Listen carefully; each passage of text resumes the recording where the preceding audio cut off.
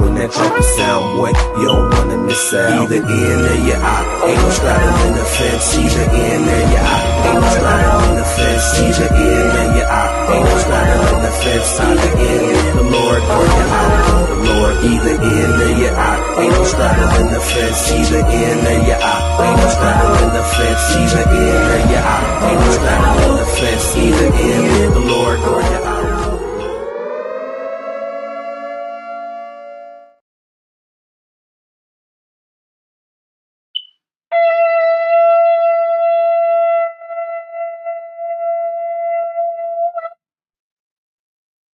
Yes, Shabbat Shalom. Shabbat Shalom. Oh. We done made it to another Shabizzy. Another hard week down in the books. Pray everybody doing good, feeling good. What you got on your heart, What you got to say?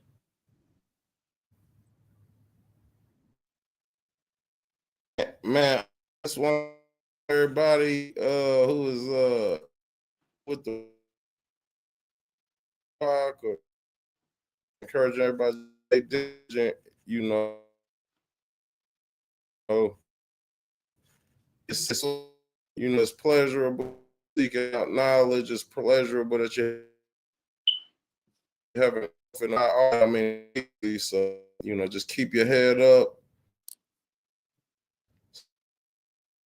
and just guide you. You going in and out again,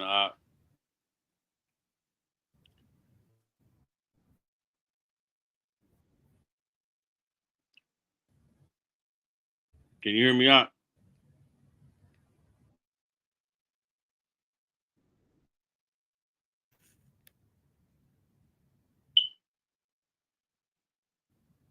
If you can hear me, pull your phone back up.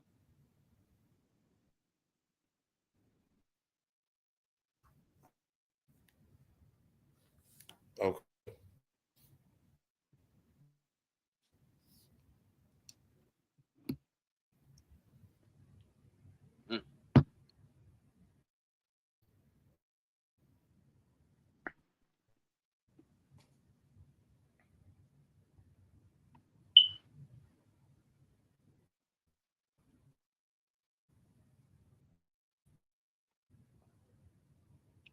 All right, I'm gonna take you down. Put this one up and take this one down. We'll just have to do it how we was doing it last time. Say something now.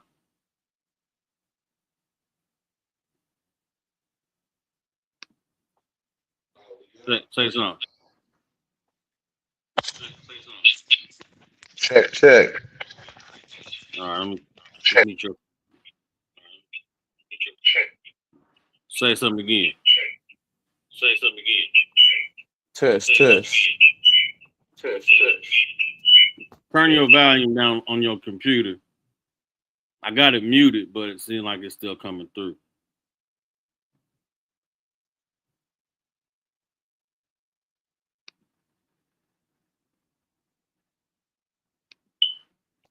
All right, what about that? Yeah, that sounds cool. Yep, that sounds cool. All right, we got a couple of current events. Let's give a round of applause for the Most High. We got a couple of current events. Let's see what's the first one we're gonna start with. Let's go up north of Indiana, Gary, Indiana area. That northern west part of Indiana. They still 11 days, no power in certain spots up there.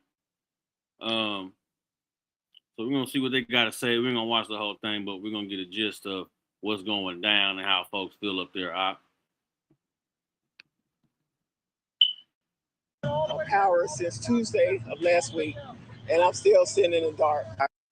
I got my grandmother with me, so we have to go out get our phone charged, get food. We had to throw away food, trees in the lawn. Communities of color are left behind and always feel like they're the last to get turned on or the last to get rescued in these situations. It's not okay for us to continually be in survival mode. We need to have a light at the end of the tunnel. It's been pretty rough. Well, more than a week and a half after devastating storms swept through Indiana, killing at least 7 people, thousands are still without power. Utility crews working around the clock, but the thousands of lingering outages remain concentrated in the northwestern part of the state. And ground zero of the outages is centered in Michael Jackson's hometown of Gary, Indiana. Utility company NIPSCO says some 40,000 in the region could remain in the dark until sometime next week. News Nation correspondent Alex Capriello is live for us there in Gary. So, Alex, what is the situation there? Yeah, Nicole, it's been 10 days since this storm hit Gary, Indiana, and scenes just like this one are playing out all across the city. You see these downed trees and the downed power lines that still need to be cleaned up. The result is tens of thousands of people that live here in this city still without power. I mean, just at all of the years of my life, I've never seen this much devastation, this much damage. New numbers from the Northern Indiana Public. Hey, bro, what you think about that? Man, I could just seem like Indiana get a lot of attention, negativity. It seemed like, for it to be somewhere where a lot of folks don't know a whole bunch about. It's a lot of history to go on here, and it's a lot of stuff that go on that don't get covered. So in a way, it ain't surprised, but in a way, it's like it just show you, like, I'm not surprised on a lot of stuff because we read these scriptures on a regular, and we see like who we are in the eyes of these oppressors. And like, let's just keep it real. Ain't nobody out here for the black man or the black woman, so-called. Ain't nobody out here really. And like, y'all get thrown off because y'all in America, y'all in the Babylonian system, and y'all expect it to be help. Y'all expect it to be equality, and that's never been presented to you. I just came across a reel or like a short, and it was talking about how Indiana had black farmers and everything like on civil rights, or during the civil rights and Civil War period, and how Indiana declared that no blacks could come up here and settle. So it's like, you just gotta recognize where you at, home of the KKK, So this is the roots. This is a cursed land, and like, these are the things that's waking people up to realize, hey man, it's heavy out here. Like, because if not, like, why is it so hard? Why with all the technology, with all the futuristic advances, with everything that, politically coming out, like, why is Negro still at the bottom? Why is we still fighting for causes that everybody else knows is normal? You know what I'm saying? So it's like, I'm done trying to be baffled at why. Like, we know why. And now it's like, are you seeing it? Now it's time for like those who want to come out of poverty, those who want to come out of the curses. Do you see this? That's the question to ask. And it's like, everybody ain't coming along, so like, it's like the Hebrew Israelite message is a message of love. It's a message of, conquering, treading on the devil's head and all that, but it's not a comfortable message. Like that Christianity and all that stuff comfortable. But like, in all reality, even the brewing, everybody ain't gonna make it. Everybody ain't cut out for this. So like, just pay attention to these stories that's coming out in front of us. Pay attention to the vibes. Pay attention to we the only ones that still got to defend our murders. Like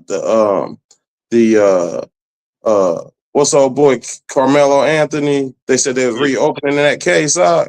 Yeah. So we the people that gotta go through this stuff. Them white folks, they get in their drama, and it's just they sweep it under the rug, or it's just like, oh, something happened, and then they make a Netflix series about it later. But for us, we be living it. It don't never come to the surface. It's just like, well, why are y'all crying about stuff? And it's like people act like they don't understand. So it's time to separate ourselves and really just do for self, because ain't nobody coming to help. That's what Gary, Indiana showing you. Ain't nobody coming to help your black poverty stricken behind. And just to prove that, Carmel, Indiana, which is not too far from me and not too far from you, they got a couple of bridges wiped out during that flood.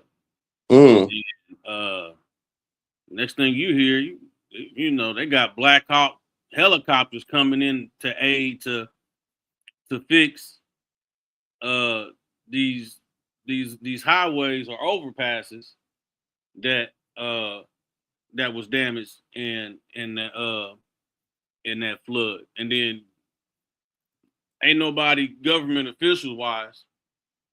I think Bronze is talking about sending help up there, but come on, if this was any other city in Indiana, it'd have probably been mass rescue, or it'd have been a mass repair nonstop 24/7.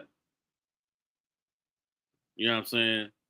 Yep, they would have hired little scab workers. They would have, like, I've seen disastrous work relief efforts. I was a part of a cleanup when a flood happened in Columbus, Indiana. Probably like, it was some years, probably like 2010, some 2027, somewhere around then. But I went down there to help clean up for relief that it flooded down there. And like you said, they don't waste no time. So, look at your community, look at the demographics, and look at where the lack of help is coming. Mm-hmm.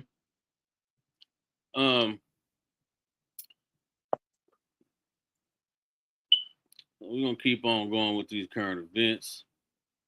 We're going to play this one. For some odd reason, I woke up or went to go use the restroom around 2:00 in the morning, and I just so happened to get on Instagram, and Trump has signed. I can't find the video, but this is coming back from when he got back into office that popped up in my thing, but I'm pretty sure he signed it. But it's a $50 billion investment to AI data centers. That this was happening on his first day back in office. So let's check this out. We ain't gonna play it all because it's 4 minutes, but we're gonna play enough of it. It's an honor to be here today. We have first full day as president. We're back. And we had a great first term, but we're going to have an even better second term. And I think we're going to do things that people would be shocked at. We're starting off with tremendous investment coming into our country at levels that nobody's really ever seen before. And they're very happy with the fact that I won the race and that they feel confident in their investments. And it's big money and high quality people. So my first day back from having a nice life, it's my honor to welcome 3 of the world's leading technology CEOs. And in the case of Larry Ellison, it's well beyond technology. He's sort of CEO of everything. He's an amazing man, an amazing business person. But to announce the largest AI infrastructure project by far in history, and it's all taking place right here in America. As you know, there's great competition for AI and other things, and they're coming in at the highest level. We're joined by Oracle Executive Chairman Larry Ellison, SoftBank CEO, my friend Masa Yoshi Son, and CEO of open AI, and I would say the by far the leading expert based on everything I read, Sam Altman. So that's great that you're coming in together. That's a massive group of talent and money. Together, these world-leading technology giants are announcing the formation of Stargate. So put that name down in your books, because I think you're going to hear a lot about it in the future. A new American company that will invest $500 billion at least in AI infrastructure in the United States, and very, very quickly, moving very rapidly, creating over 100,000 American jobs almost immediately. This monumental undertaking is a resounding declaration of confidence in America's potential under a new president. Let me be a new president. I didn't say it, they did. So I appreciate that, fellas. But it'll ensure the future of technology. What we want to do is we want to keep it in this country. China is a competitor and others are competitors. We want it to be in this country, and we're making it available. I'm You going to. think about that, Man, I think what I noticed is you said this is from when he first came back in the office. and it's now just resurfacing because I didn't see this. Mm-hmm. And So, it was so when I woke up for real, yeah. 7 or 8 o'clock, I was like, man, I need to find that bill that he signed. But it kept saying that it was when he first got back into office. But I remember when he first got in the office, like he sounded like 100 something bills in a day or something. Did you hear that? Yeah, he was signing off on everything. So I mean that go to show you, you know, and I promise I ain't trying to like be mean, but like we gotta talk to our people, you know what I mean? We gotta talk to our people, man. And our people ain't that bright when it comes to like really thinking outside the box. You gotta look at how deep these people go into planning. Niggas think that they're gonna escape life, escape poverty, escape curses, elevate by freestyling. You know what I'm saying? And like, see what's messed up about, you know, like you get on the hip hop cyphers and you see everybody freestyling, you see in the booth with Tigger and they start freestyling, you like, dang, that's cold. But what you don't understand is the preparation that it took for them to even be able to do that craft. For them to freestyle, that's a craft. Yeah. You don't have no freestyling bone in your body on finances, on raising children, or any of that. So you need to plan. Like life is not a freestyle. Life is not a cipher. You need to plan this thing out. These white folks is showing you time and time again about planning. They sit here and plan your destruction. They plan your downfall. In the book of Psalms, it said they have made a tumult and consulted against his hidden ones. So therefore, we know that these people sit here and they have crafty counsel. They plan. You know, first they back in office, sign 200, 300 bills. This is a setup because what's coming down the pipeline. We could take it a step further, and go to the previous presidents. It don't matter if they Democratic, Republican, whatever. It's all part of their plan set up. They all third cousins down the line of royal blood. So, you know, this stuff all this related. stuff is engineered. Yeah, it's just like the political party is just like your local gang in your city. Bloods and Crips, Vice Lords, and Gangster Disciples. All these different hoods hate each other, but the message is the same. It's the same message. We're gonna spread hate. We're gonna spread fear. In politics, we're gonna spread hate. We're gonna spread fears and lies. But behind the curtains, a lot of folks don't know, and I found this out when I first got into the truth, that all the gang leaders were Freemasons.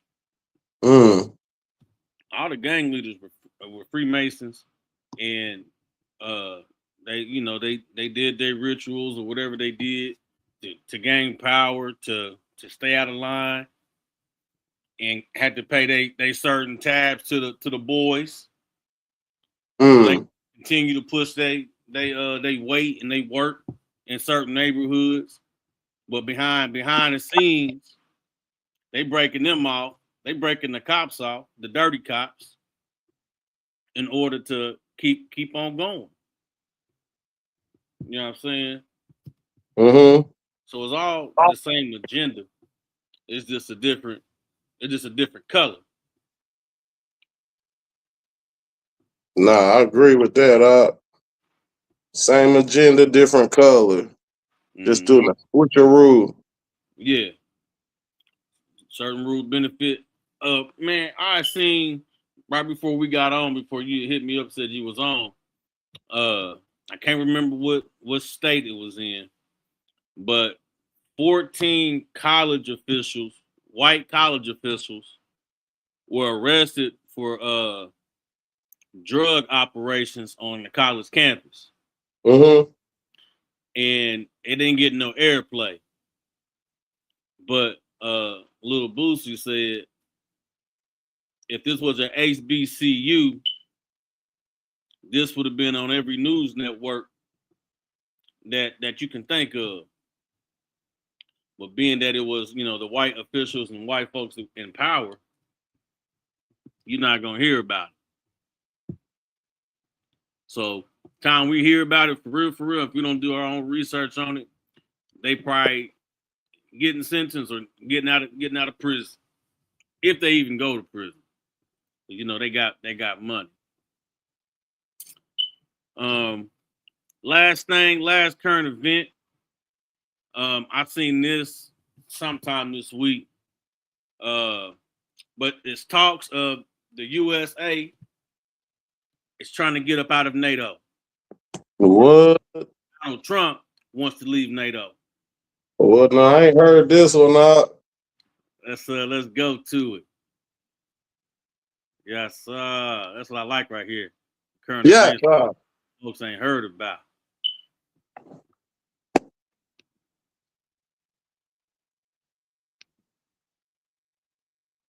Alliance after it failed to get behind Washington's. Could the United States soon be leaving NATO? According to President Trump, he's seriously considering it. Trump has once again blasted the military alliance after it failed to get behind Washington's operation in Iran, branding the defense pact a paper tiger. As international conflicts continue to rage on across the globe, what would actually happen if the United States left NATO? Here's what to know. The North Atlantic Treaty Organization, which includes European countries, the United States, and Canada, was formed in 1949 with the aim of countering the risk of Soviet attack and has been a cornerstone of the West's security ever since. The alliance is first and foremost defensive in nature, acting as a deterrent against attacks on member nations through defense. It can be best summed up in Article 5 of its treaty. An attack on one member is considered an attack on all. While alliance members have argued the U.S. offensive in Iran falls outside their commitments in the treaty, Trump has repeatedly blasted NATO over the issue, accusing members of doing absolutely nothing to support the U.S. campaign, including the reopening of the Strait of Hormuz. I'm so disappointed in NATO because this was a test for NATO. This was a test. You help us, you don't have to, but if you don't have, if you don't do that, we're going to remember. Trump has repeatedly signaled out the UK for refusing to join the operation and initially blocking Washington from using UK bases. Spain also publicly announced that it had fully closed its airspace to US planes involved in attacks on Iran. In an interview with Reuters on April 1st, Trump said he was absolutely considering pulling out of NATO, even revealing he would be voicing his disgust with the alliance in an address to the nation later that night. The United States is widely considered to have the strongest military powers in the world. If the US left NATO, it would be a significant blow to the remaining allies' image of deterrence. Without any US obligation to intervene in an attack, NATO countries may be forced to spend significantly more on defense budgets, as adversaries like Russia may be emboldened to test Europe's defenses and any remaining commitments from allies. And without the United States' nuclear umbrella, NATO's nuclear capabilities would be dwarfed by Russia, with France and the UK together holding only a fraction of America's arsenal. Overall, a U.S. withdrawal from Europe would be as destabilizing for the EU as a nuclear attack by Russia, according to experts surveyed by the European Institute for Security Studies. For the U.S., it operates out of dozens of bases spread across NATO countries that enable its military to deploy in and near Europe. If the U.S. was no longer granted access to these bases, it would inhibit its ability to project its power around the globe. Moreover, NATO allies together purchase a significant amount of All right, U.S. enough of that. weapons. We got the point. Yeah, man. One thing I noticed about that is I noticed something completely different real quick. What's that? So, like, you hear how they got all the embassies in different places, right? Yeah. Like, so you got to pick up on war tactics. Like, Mhm. that's the same tactic Amazon used.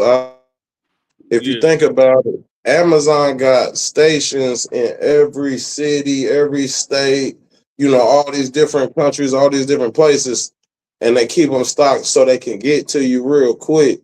So, Mhm. even the corporate companies is using military strategies. Like, that just hit me. That just hit me. Yeah. This is like your police departments, right? Mm-hmm.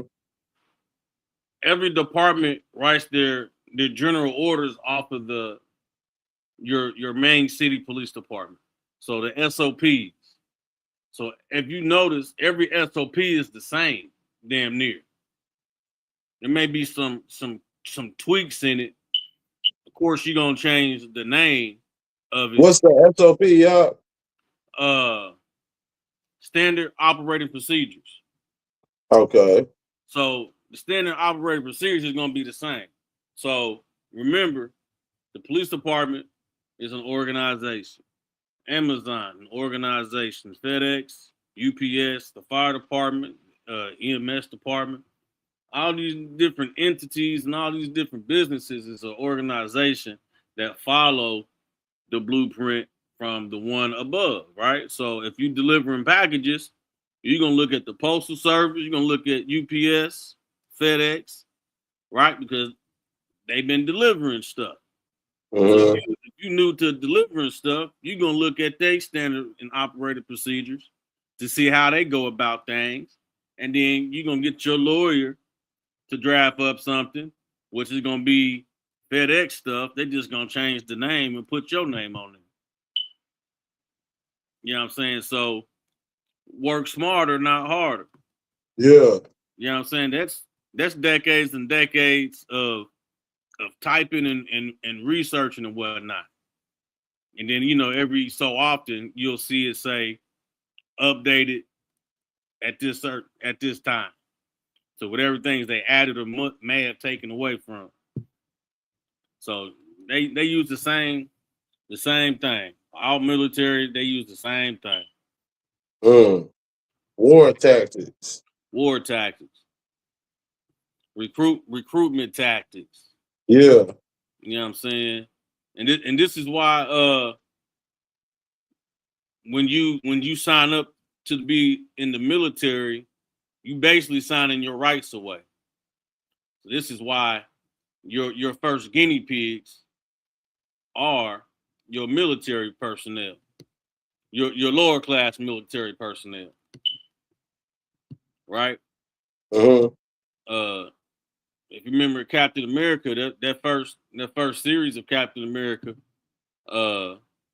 what happened? They found the weakest link in there and said, "Hey, we doing some testing." Mm-hmm. And guess what? He came out big and strong, fast, whatnot. But he could have died. Could have died, and he would have been collateral damage. Yeah, collateral damage. Let's say he died in this combat over here. Mm-hmm. You know what I'm saying? Yeah, they did him pretty bad. It's gonna be a closed casket. You can't see the body. But that's deep. That's deep, huh? Yeah. Hey man, people better wake up. You know what I'm saying? Like, look, it's like this, you know, folks out here, man, it's just really sad, you know, the condition of our people. Like, one thing about it, a lot of folks don't have a real idea of manhood or womanhood because they don't have these scripts in their life, right? Mm-hmm. So, like, what is a man? What is a woman? What is a family? What is life? Like, these are the questions we got to be asking. Because right now, everybody just scrolling, hypnotized, doc, and life is going by, and everybody ain't scrolling playing. Some people are scrolling for your demise. Some folks are scrolling to get the intel on you. Some folks, listen, they already got the information. You know what I'm saying? We already know who's who. Like, at this point, we are living in a time where Hashatan is executing his plan. Hashatan is doing what he's supposed to do. Are you doing what you're supposed to do? Right. He obedient to his master. He's obedient to his master. Are you obedient to your master, Christian? Are you obedient to your master, Muslim? Are you obedient to your master, Buddhist? You feel me? And if you was, why ain't no change going on? Even Hebrew, are you obedient to your master? Because if you is, it's specifically in our community, you know, we not obedient. We can see that because it's going down. But for us who's awakened, like, are we obedient? And some of us is, and some of us is to a certain extent. You know what I'm saying? We still got work to do. We still need to boss up in certain areas. But it's really time to separate. Listen, the more people, the more problems. Yeah. You know, Jay-Z said 99 problems, but ain't one.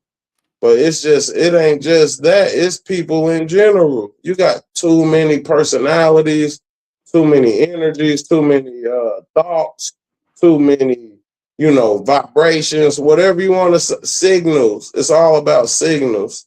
Your signals is getting crossed, so you got too much going on. The Most High said be set apart. It's a time now that we set ourselves apart, dissect the information, and really figure out what side we finna be on. Yeah. It's crazy. Well, that was the current events for the day. Them three things. So you got the floor, Israelite. Well, all praises, that was some good heat. That was heat right there. That was some good information. We're gonna get into it. I'm trying to share the screen. Let me try to share this screen. You know, we're gonna get into it. I know y'all see the title, The Salt Covenant and Friendship. I want to start here, man. I don't think this is in the notes. Can you see this on Key? Let me see if I can pull it up. Yes, sir. All praises. We're in Matthews 5 and 13. Matthews 5 and 13. It says, ye are the salt of the earth. But if the salt have lost its savor, wherewith shall it be salted? So what's the whole purpose of salt? That we know is flavor, right? It is thenceforth good for nothing but to be cast out and to be trodden under the foot of men. So if this salt loses its essence, what do salt do? It adds seasoning, add that flavor. So you know we got that flavor. He said you are the salt of the earth, so you got that flavor. We know the complaint. We go to these. I'm just gonna keep it 100. Listen, they gonna have to take it how they take it. We go to white folk houses. Eat at they barbecue. Thing bland. They ain't got no flavoring. No flavor. Nothing. You ain't got no flavor. Hello. So, you know, everybody knows that, right? And I ain't saying all white folk can't cook. I ain't saying that, but majority, right? It's What you bland. say? 75 or 80? 75% or 80%? We're gonna go 85. We're gonna go 85%. Yes, sir. So, you know, we all know that this salt have properties that we want. You gotta have it, man. I'm talking about basic chef skills. You'll sear the steak, you'll blacken the steak, and then you're gonna have to season that steak. Yes, You sir. gonna have to have some salt and pepper. Yeah, you're going to You know season what I'm that saying? thing before you even put it on that grill. You're gonna have to have some seasoning. So he said, you are the salt of the earth. He's talking to a specific people. He's talking to the Yasharal. He's talking to the Israelites. Okay.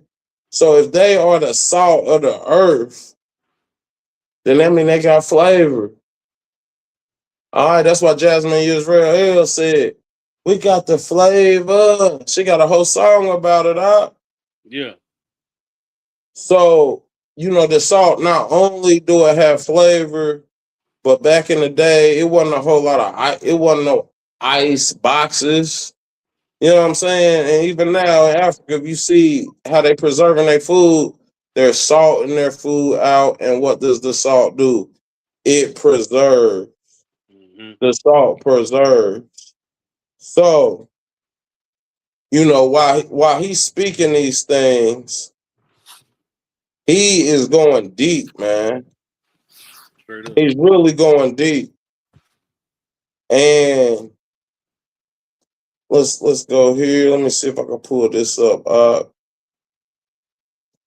We want to do the salt covenant.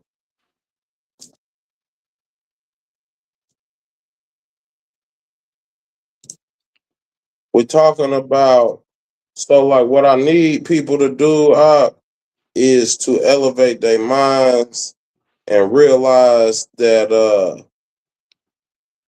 you know, the scripts is really, really deep. Like y'all are trying to make it shallow and y'all are trying to make it like it don't matter.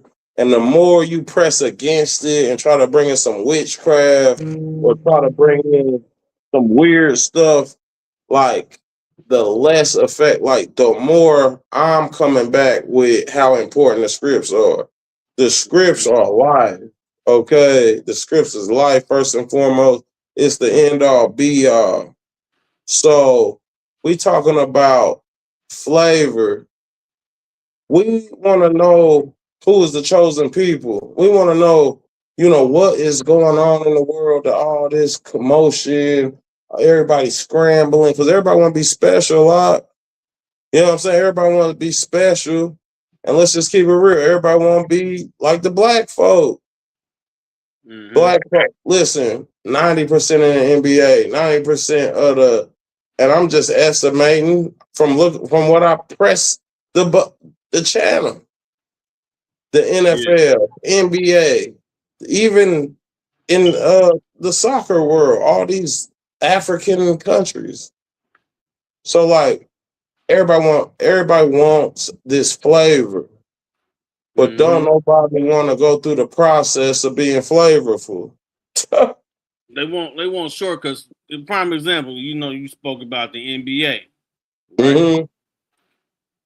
In our era, it was probably about 85% black folk in the NBA. Could have been a little bit more because you had a little bit scattered around from other different nations and whatnot. Now you see that more blacks and European nations in there. If I'm saying, you know, they nations right. So Wemby, he from France, right? You know, you got the Casal brothers. So now it went from a rough sport, a rough contact. You know, basketball's not too much of a contact sport, but it's enough contact in there for you to know how you can size up your opponent. Now, when the Europeans came in there, now you can't be aggressive like they were back in the 60s up to the early 2000s. They call that the bad boy era. Yeah. You can't do that. Charles Barkley, you know, the Kembe Mutombo, you know, them cat. Hey, listen, Dennis Rodman. You can't do that now. You're gonna get penalized heavily if you do that. Hey, and that reminds me of this. I'm not trying to go left. Like I promise you, I'm not trying to go left. Yeah. I'm seeing a pattern of things. Just as you said, they'll penalize you for that now. Look at how we used to raise our children. Mm-hmm. We go through these scripts. The scripts say, hey, man, if you love your son, if you love your child, it said in the book of Proverbs, it said if he go against the Torah, if he starts going away, it said if you love him, you will chastise him and you will beat him with the rod. Don't spare him the rod. Right. It said you will beat him, and if you beat him, he will not die. What's that's telling you? That's telling you that if I am following the Most High, like, see, we got to stop. Y'all go left and be like, oh, what is the serial killer? We ain't dealing with serial killers in Yasharal because you wouldn't be a part of Yasharal. Mm-hmm. We're dealing with right-minded, functioning people, and that's the whole topics that we're dealing with. Every single topic that we do moving forward is dealing with functionality because we're dealing with the Hebrew thought process. And on the first and the second and the third and the fourth and the fifth and the sixth day, and even the seventh day, when he completed the day, he said it is good, which meant it is functioning how I set it down. The question is not, am I doing something wrong? Am I a Hebrew Israelite? Am I a Moor? That's not the question. The question is, am I functioning how the Most High has intended for me to function? Because if not, then you're really worthless. Mm-hmm. Even the devil got to operate in the capacity that the Most High allowed him to be. If you're not operating as a devil correctly, you're not even a good devil. But there's more good devils out here than there are good people. Yeah.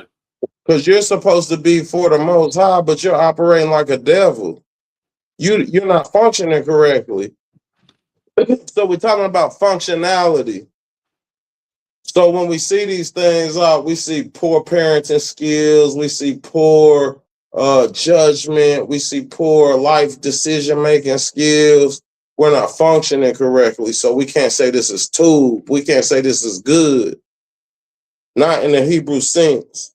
Can you see the screen I'm sharing? Oh, hold on. Let me I got my screen blown up. Let me pull yours back up.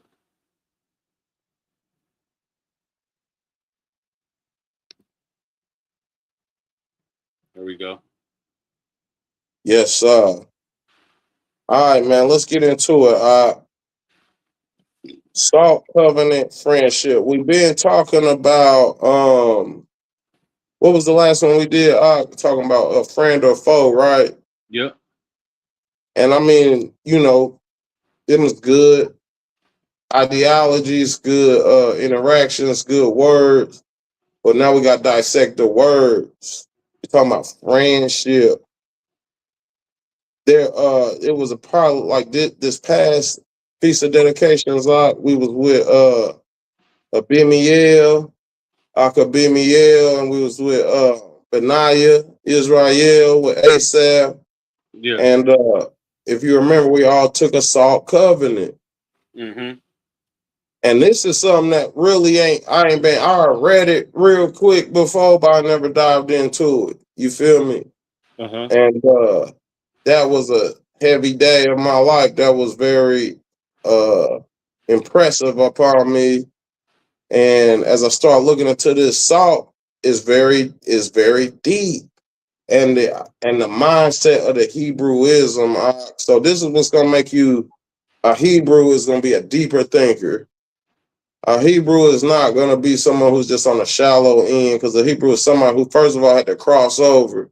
So you had to cross over from darkness into light. You had to cross over from Egypt to Yasharal. You had to cross over from sin to righteousness. So Hebrewism is about crossing over. So we got to get deeper into understanding. We got to cross over from ignorance into understanding. We talking about the salt covenant, friendship, love, loyalty, brotherhood, correction, and separation. These are the keys. And if we look down here at the Hebrew, Brit Milchah. So that's covenant is Brit or Brit. And then Milchah is the salt. Brit Milchah. It says biblical friendship is deeper than companionship. It involves peace, loyalty, love, faithfulness, accountability, correction, and preservation. All right, so these are all the elements of friendship, right? Mm-hmm. It says salt becomes a fitting biblical symbol because salt preserves and resists corruption. So you see already how the Most High uses the things that he created. He created salt, but look at what salt does. Salt is used to preserve. That's why you got dried out meat, dried out jerky, dried out fish. They preserved that stuff with salt. We didn't have an ice box back in Mali. We didn't have an ice box back in Ghana. We didn't have an ice box back in Yasharal. Mm-hmm. How was they preserving their food? They was preserving it with salt. Salt becomes a fitting biblical symbol because it preserves and resists corruption. The lesson asks, what does scriptures require from someone who claims to be friend or brother? And what happens when fellowship begins to preserve corruption instead of righteousness? Salt covenant, love, oneness, peace, friendship, brotherhood, table, loyalty, accountability, rebuke, withdraw, and separation. That's the lesson flow. A covenant of salt. It is a covenant of salt forever before Yahuwah unto thee and thy seed with thee. Numbers 18 and 19. All right, it is a covenant of salt, and this is probably part of it,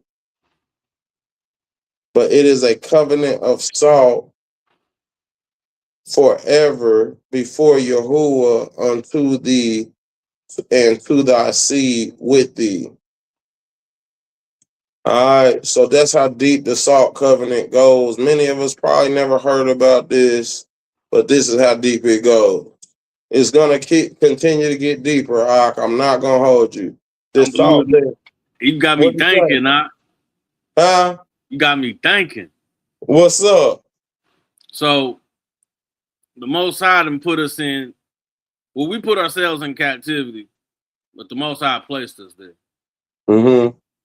But the Most High didn't throw us away. He didn't preserve us until his son come back.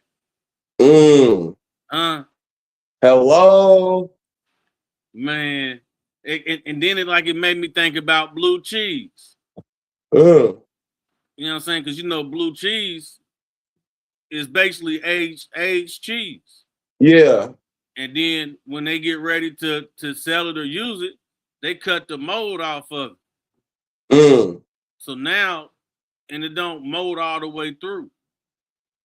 So you cut off the dead stuff, throw that away, and then you still got your preserved pieces that you can, still use and eat. Okay. Yeah, your mind is deep, Bob. You deep thinker. I didn't see the blue cheese coming, but kind. Yeah. The Most High is a preserver. Yeah. He's a keeper. He's a preserver. And like you said, see, our mindset a bit, I got this salt, I'm about to put it on everything good. Now you're going to be out of salt. Yeah. The Most High, we're going to preserve it for the right time. He's a patient Elohim. The salt covenant permanence. Numbers 18 and 19 join salt with enduring priestly grant to Aaron and his descendants. 2 Chronicles 13 and 5 describes the kingdom given to David and his sons as a salt covenant. Can you go there real quick? What was it? 2 Chronicles 13 and 5. And I might be able to grab it right here. I'm gonna just read it off the phone, so you ain't gotta Okay. take a thing down. 2 Chronicles 13 verse 5. Ought ye not to know that the Most High of Israel gave the kingdom over Israel to David forever, and even to him and to his sons by the covenant of salt. Hello.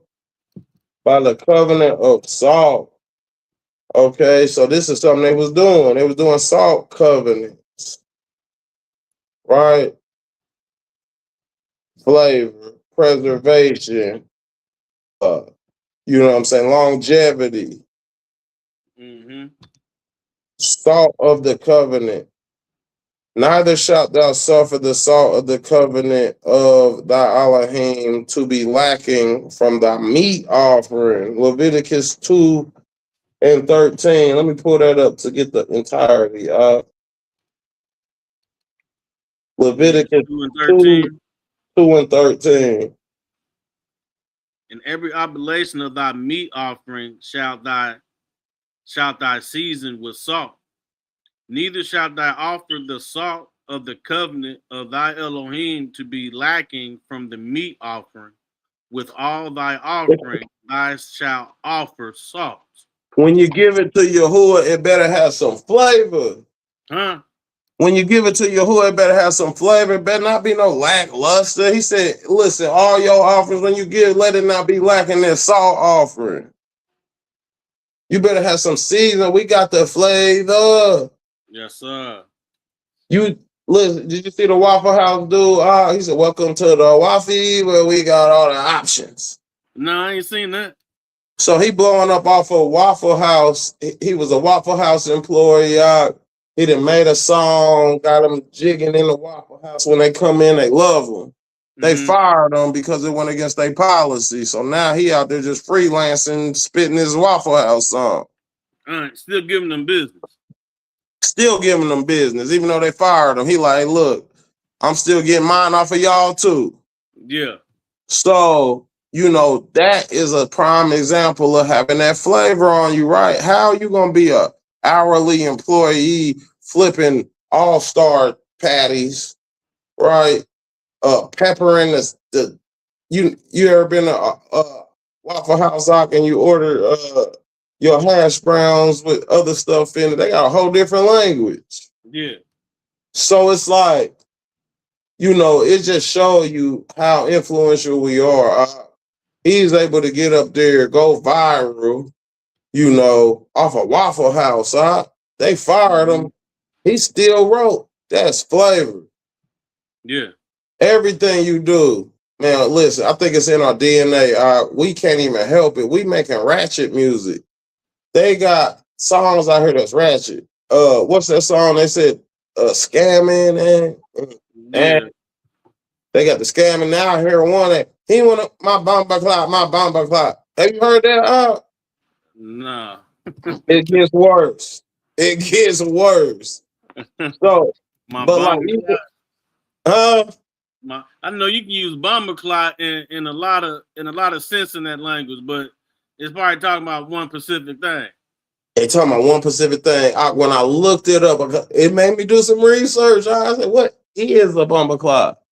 Bomber clock is a derogatory term in like Jamaican or like European like slang, where it is because you know Jamaicans is just the slaves of the European, and we're the slaves of the American European, and the Haitians are the Spaniards or Portugal or whoever. But when it comes to this bumper clot, it's basically like blood clot. You know what I'm saying? You hear him say blood clot. That literally means like menstrual cycle rag. They're talking about the menstrual cycle.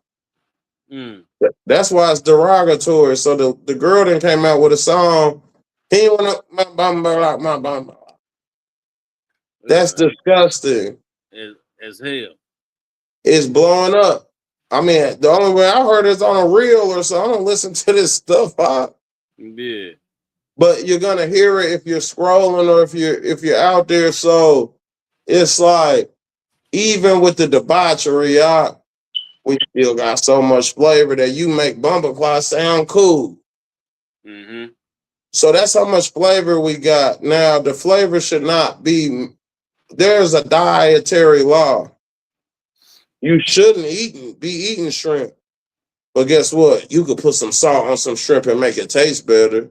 So that's the same thing. Make it taste excelente. Excelente. So it's the same thing they doing with these songs and with this entertainment. You know, it's debauchery, it's low vibration, it's lackluster entertainment. But you know, we got so much flavor that we put a little salt on it, and we making everything cool. You know, so that's just in us. Neither shall thou suffer the salt of the covenant of thy Elohim to be lacking from thy meat offering. Everything you do, you're gonna put some flavor into it. You ain't gonna cook it. You ain't gonna cook no meal for the family. Or, you know, you got the mishpachah coming over, and this thing be bland. You gonna put your foot in it. They walk in your house and say, "Boy, it smell good in here. What you cooking?" What you cooking? You outside with it, ox, so they gonna pull up and smell it. Yeah, smell it from a couple of blocks away if your window down. Straight up. So this is the salt covenant, and it's the malach berit. Malach berit. Salt is malach, and covenant is berit. So that's the words right there. Malach berit. Salt covenant. Salt covenant permanence. Numbers 18 and 19. Let me go there. Numbers 18 and 19. It says, all I have offering of the holy things, which the children of Israel offered unto the Most High, which I give thee, and they sons and they daughters, and thee by the statute forever. With thee by a statute forever. In the covenant of the salt forever before the Most High, unto thee and thy holy seed with thee. Hello. So train your children. Yeah. Put some salt on that thing. They better be putting some salt on it. Huh? He said throughout that, he said in the what generation? Where we at? The children of Israel unto the Most High, I have given thee, that thy son and thy daughters with thee by a statute forever. It is a covenant of salt forever before the Most High. Man, that sounds like forever mean forever to me. Like you said, teach your children how to put some salt on that thing. Forever. Because the Most High need his portion. What's the Most High's portion, huh? When you cooking his food? Man, I know the fat is part of his portion. Yeah. And he wants to smell it. Mm-hmm. So when you season that meat up, I made me some steakums last night. Yeah. You season that thing up on the front and on the back. So every time you flip it, that good smell and savor go up in that air. Yes, sir. Huh? You can smell the aroma. Listen, they talk to a real grill master. no sign, no sign. Man. Just cook a little bit. So Numbers 18 and 19 joined Saul with an enduring priestly grant to Aaron and his descendants. So this was to the Aaronic family, to the priests. They was, and they was in charge of slaughtering the animals and giving the sacrifices and things like that. So they was really seasoning their stuff up. They was grill masters. Mm-hmm.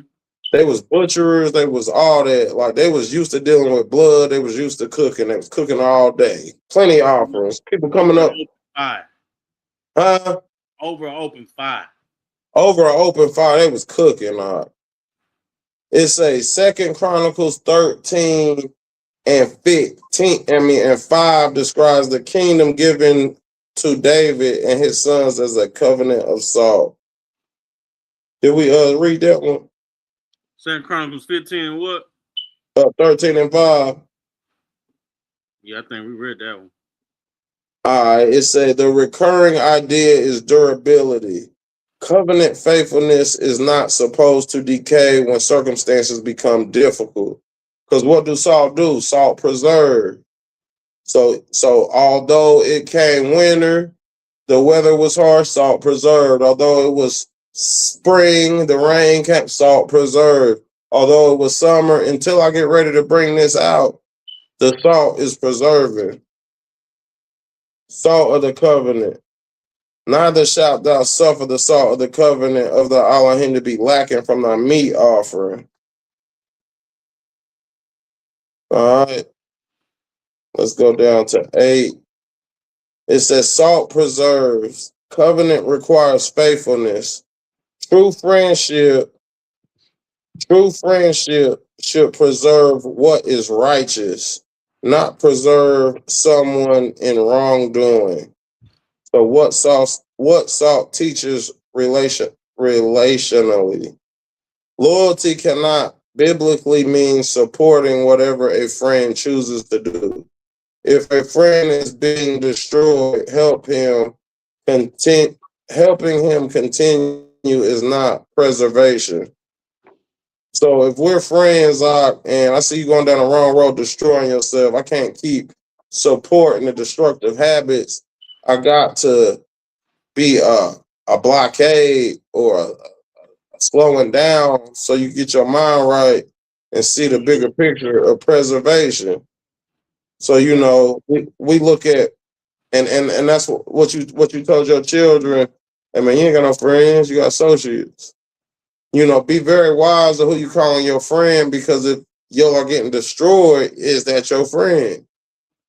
Your friend will tell you put the guns down. Your friend will tell you put the drugs down. Your friend will tell you go back home when you is a runaway. A friend will tell you these things. So if they're not telling you these things to preserve yourself, they're telling you what? Destruction. That's not your friend. Hebrew word for salt.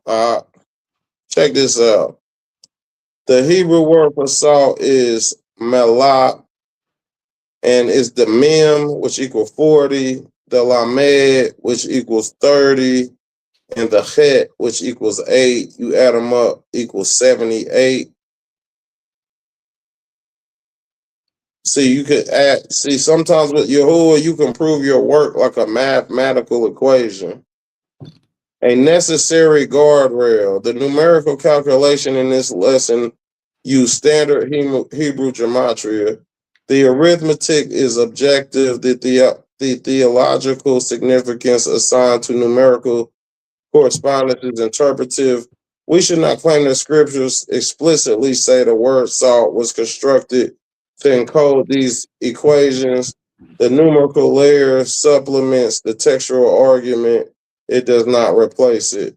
Just making that clear that we're not into following numbers, but we're showing you that the Hebrew actually has number and math equated into it.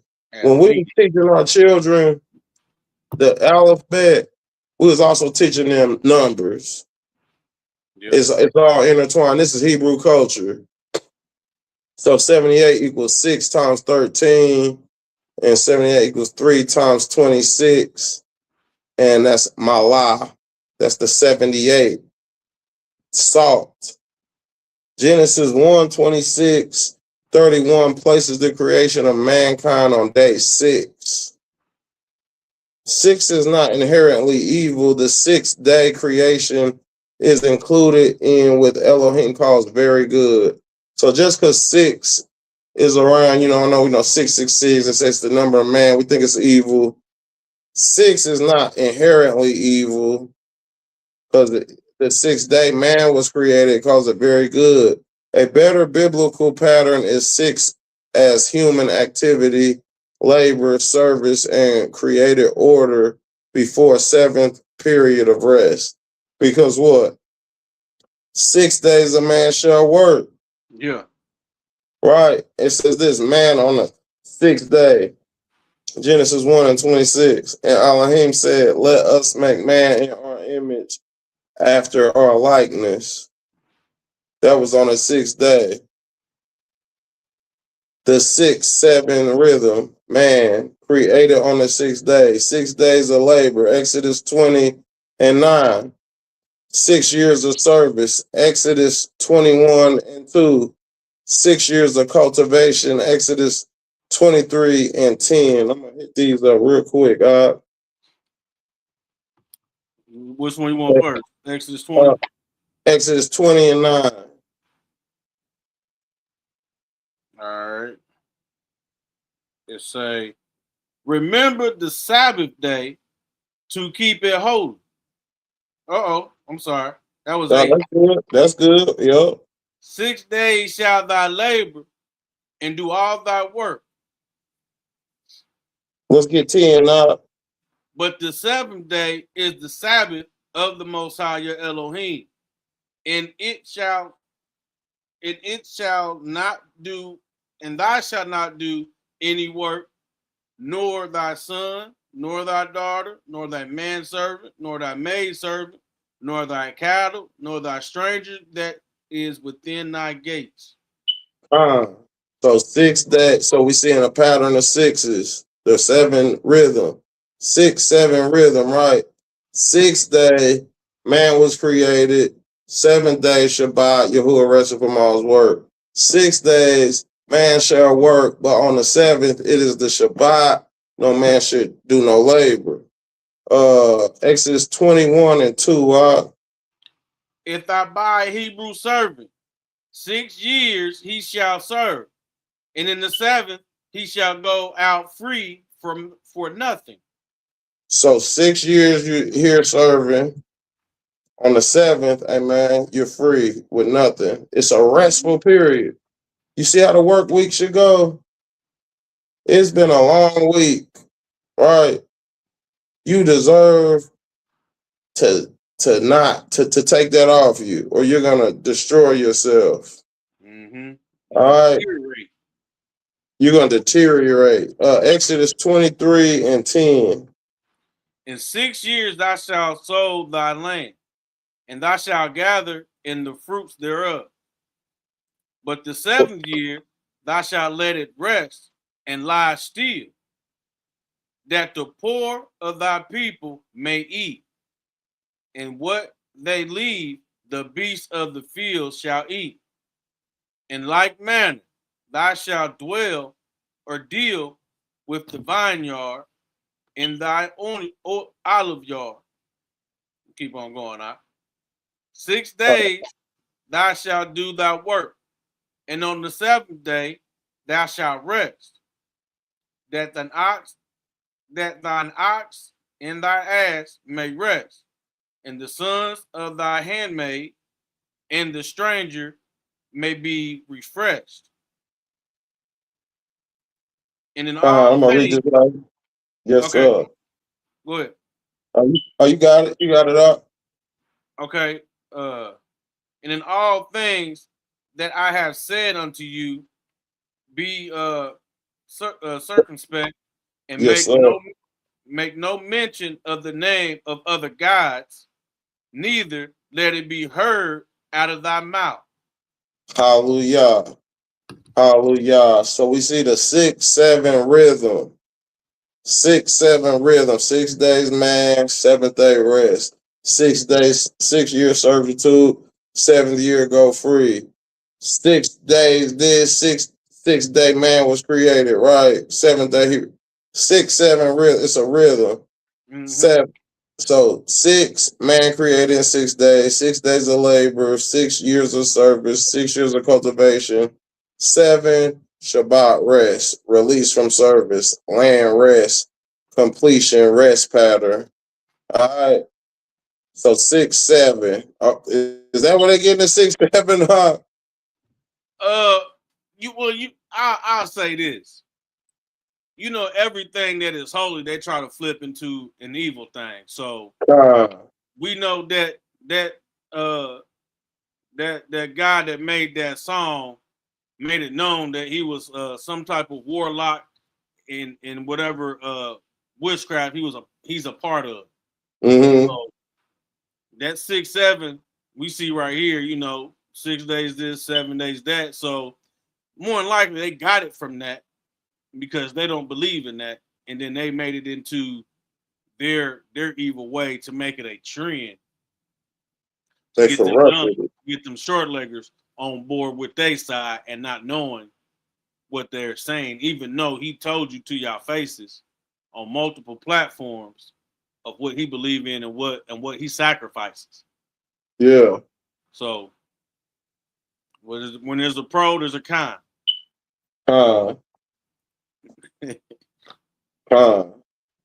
So I'm gonna go to Revelations 13 and 18. It's talking about the number of man. So this is a little bit different. Revelations 13 and 18. And it says, here is wisdom. Let him that hath understanding count the number of the beast, for it is the number of a man, and his number is 666. So Revelations 13 and 18 does not technically say 6 is the number of man. It says 666 is the number of man or a man. The broader association with humanity of 6 with humanity comes from Genesis and recurring 6-7 patterns.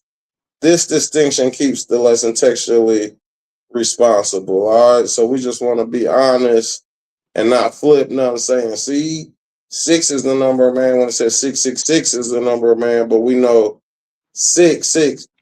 Anytime you have in Hebrew something double or triple, it's basically intensifying that original meaning.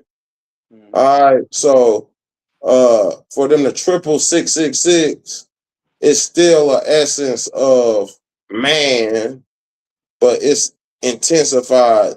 This Antichrist that we're talking about with the beast system in 666, it's amplified to evil that we have not seen before. It's the most lowest base human deceptive nature. Like that's what that's about. So 6 is not necessarily an evil number, but the aspects of evil within man or within the humanity is magnified in the mark of the beast. So that's what that's about. We want to look at this word achad. This word right here is achad, and it means one. All right.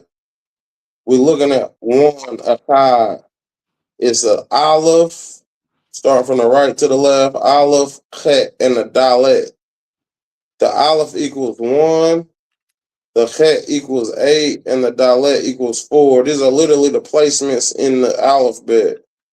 Aleph is the first letter, chet is the 8th, which makes it mean 8. Dalet is the 4th letter. You add them up, it equals 13. So the word in Hebrew, 1, achad, equals in mathematical compilation as 13. So 1 equals 13. This is in the Shalom, Shema. What'd you say? saying Shabbat Shalom to Synergy. Shabbat Shalom, Hebrew. Shabbat Shalom. Speaking about the Shema, right? Well, everybody knows Shema Israel, Yahuwah Elohim, Yahuwah, right? Mm-hmm. Singing the Shema, he say, Echad. That's what we were saying. We were saying Echad, one. Yeah. Echad, Yahuwah Elohim is one. And that equals 13 in the gematria.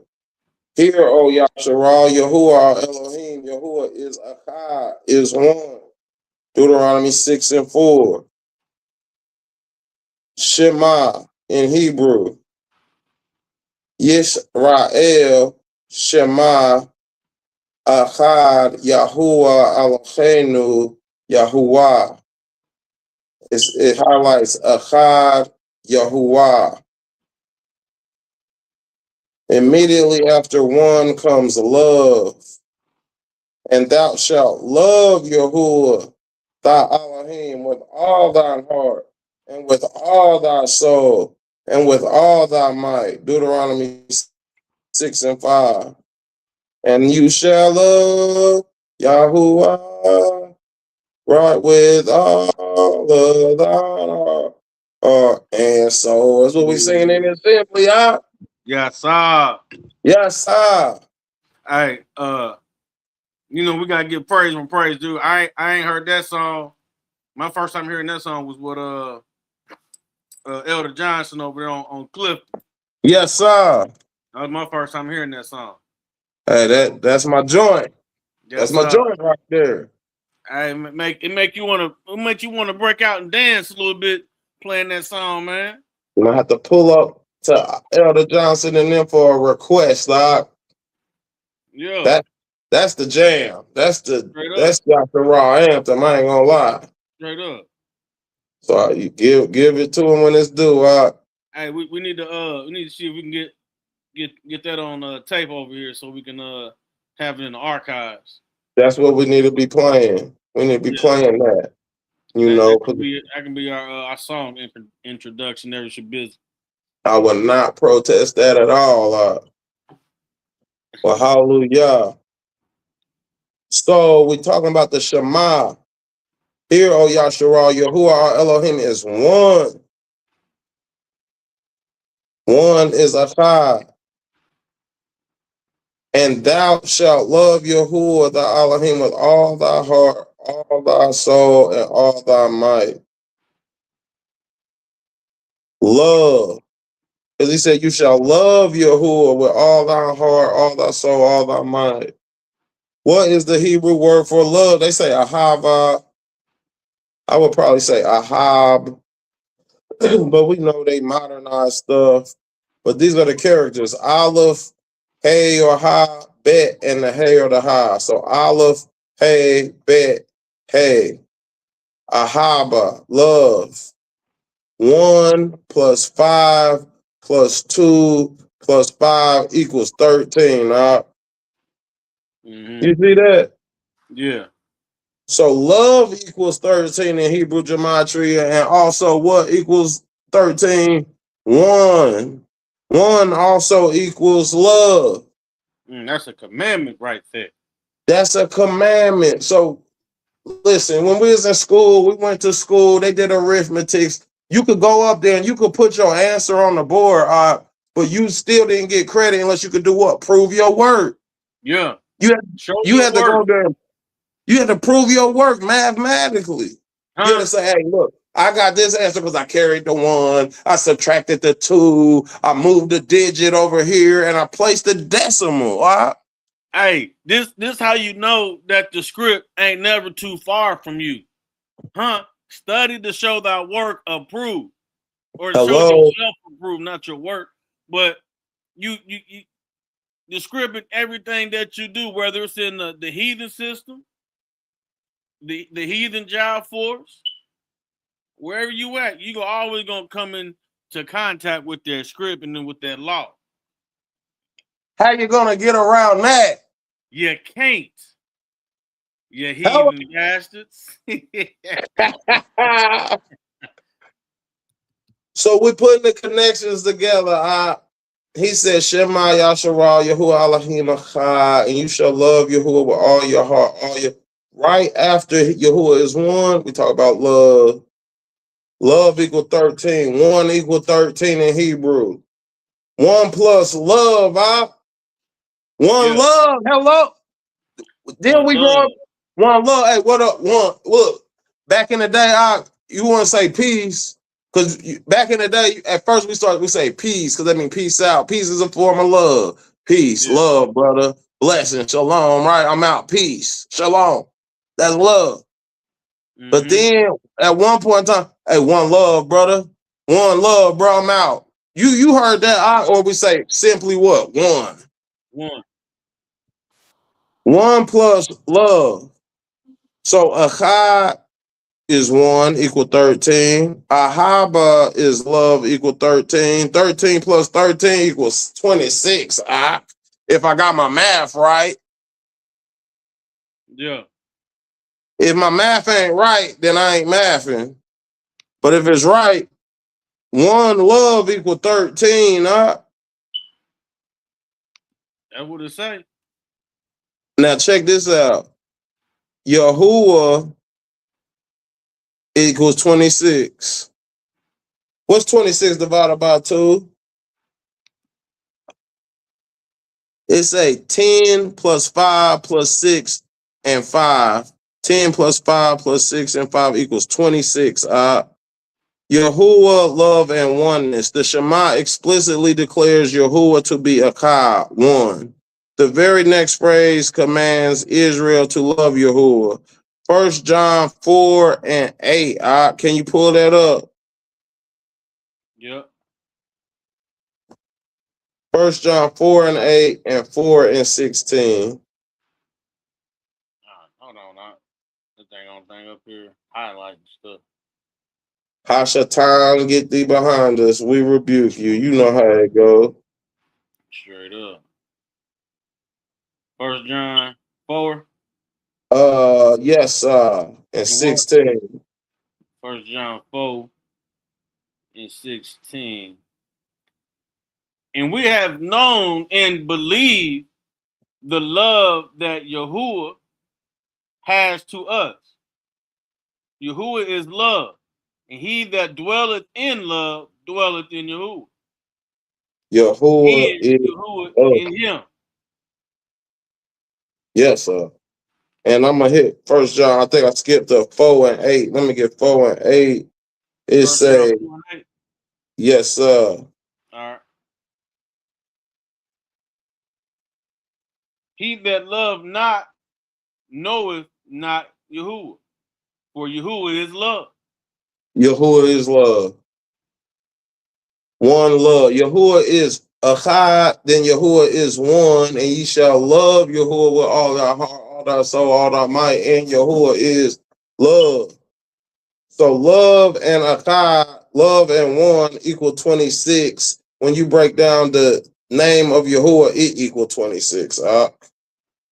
Man, this whole John right here break a lot of stuff down, about Breaking them down.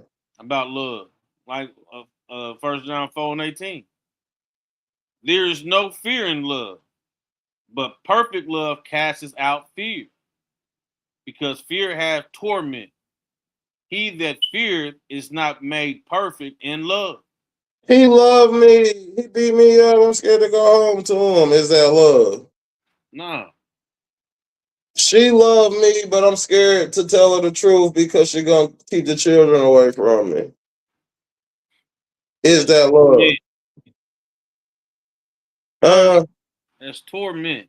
That's torment. So y'all are lying to y'all. So this ain't love. We're not dwelling in love. All right. And I know right now we're not going to get up through all of these because it's 40-something slides, but Hey, we can always do a part 2. Yeah. So we'll remember where we left off on this one, but return to salt. All right, so now we're going to return to salt. Salt preservation covenant, right? Malachi 78, equals 6 times 13. 78 equals 3 times 26. A friend loveth at all times, and a brother is born for adversity. Proverbs 17 and 17. Closer than a brother. I'm going to pull this one out. Proverbs 18 and 24. All right. Proverbs 18 and 24. It gets deep because it's a lot of things that we doing in life as so-called Hebrew men that we don't understand, that we might be upholding something and we just oblivious to it, and we might be transgressing something that we oblivious to. That's why it's important that we get this information. Yeah. Proverbs 18 and 24. A man that has friends must show himself friendly, and there is a friend that sticketh closer than a brother. So it didn't say that he's a brother already. It said he's a friend that sticketh closer than a brother. Mm-hmm. So now we're transitioning in from friendship, because there's different words for different titles, right? Yeah. Friendship becomes accountability. Biblical friendship can rise above casual companionship into chosen brotherhood. All right, this is how deep this goes. Mm-hmm. Biblical friendship can rise above casual companionship into chosen brotherhood. If I call you brother, I cannot simply watch you destroy yourself and say that is his business. Friendship that preserves righteousness must include truth, warning, and correction when necessary. It's a different mentality. Mm-hmm. Americanism keep you comfortable. Americanism keep you separate. Americanism keep you, you let him do his thing. Hebrewism, hey man, we locked in. The man of my peace. Psalms 41 and 9. Psalms 41 and 9. Let me get there.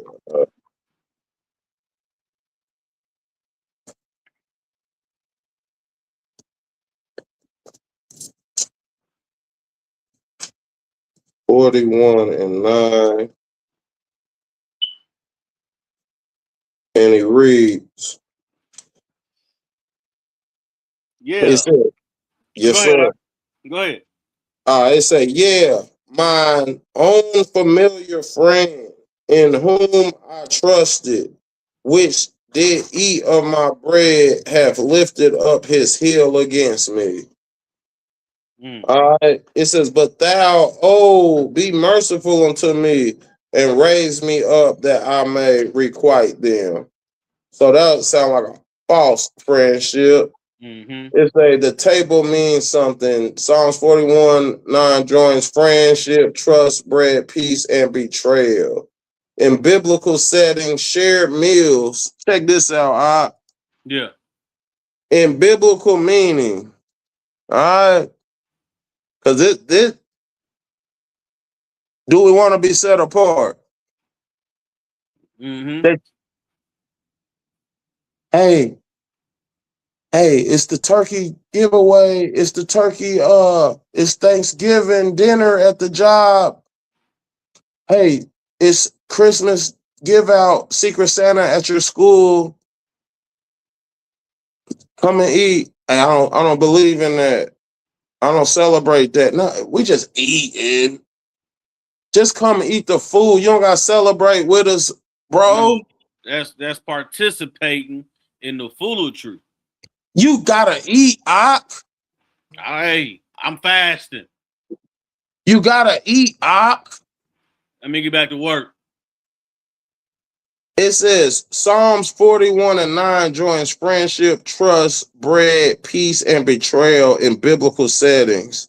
Shared meals could communicate hospitality, peace, acceptance, fellowship, and relationship. If eating together can signify fellowship. Eating together can signify fellowship. I seen a dude. It was a dude named Nix. He was a freestyle artist.